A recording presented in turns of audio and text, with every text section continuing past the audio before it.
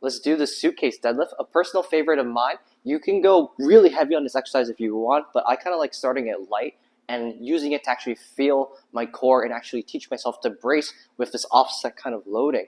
What you want is essentially to take a barbell or a dumbbell on one side of your body. In this case, we have a fat bar, and I just got 20 pounds, nothing too heavy, and I'm going to try my best to be as even as possible as I do a deadlift with weight in one hand. So let's give you a side view. I'm going to make sure I grab in the center of the bar. If you don't, you kind of like tilt your wrist towards that direction, and the plates will slide off if you don't have clips on. Not a fun time.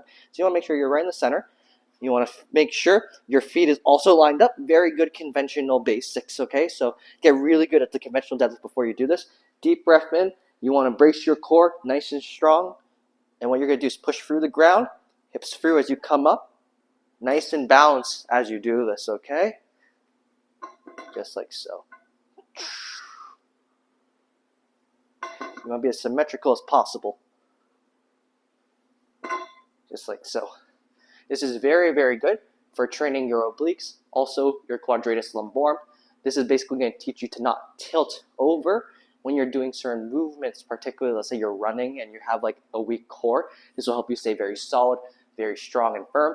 Very, very good for weightlifting, of course, too. Thank you all so much for joining me. We'll see you next time.